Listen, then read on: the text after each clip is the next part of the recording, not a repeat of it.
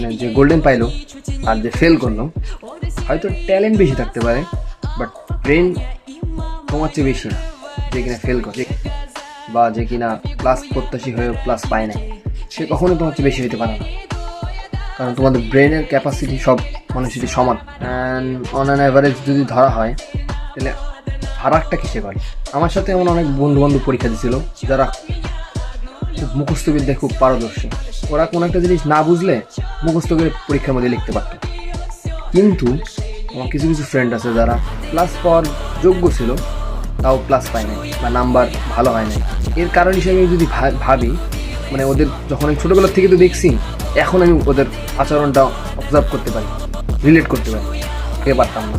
And ওই আচরণটা যখন দেখছিলাম, আমার এখন মনে হয় যে ওরা বা এখনকার যুগে যারা ফেল করতেছে বা ক্লাস পাচ্ছে, তাদের ক্ষেত্রে এই জিনিসটা খুব কমন। এই কমন ইস্যুটা হচ্ছে এরকম যে তার ব্রেনের ক্যাপাসিটি আপনি আলাদা আলাদা করতে পারবেন না।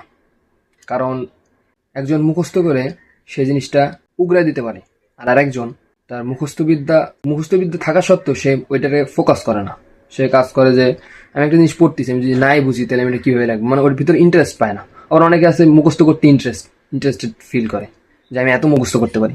আছে আমার অনেক বন্ধুই পুরো বই মুখস্থ করে ফেলছিল অ্যাডমিশন টেস্টের আগে। অ্যান্ড হ্যাঁ, তারা বিভিন্ন ভালো ভালো জায়গায় গেছে, কিন্তু যারা বুঝে বুঝে পড়ছিল তাদের অগ্রগতিটা আমি আরও বেশি দেখছি।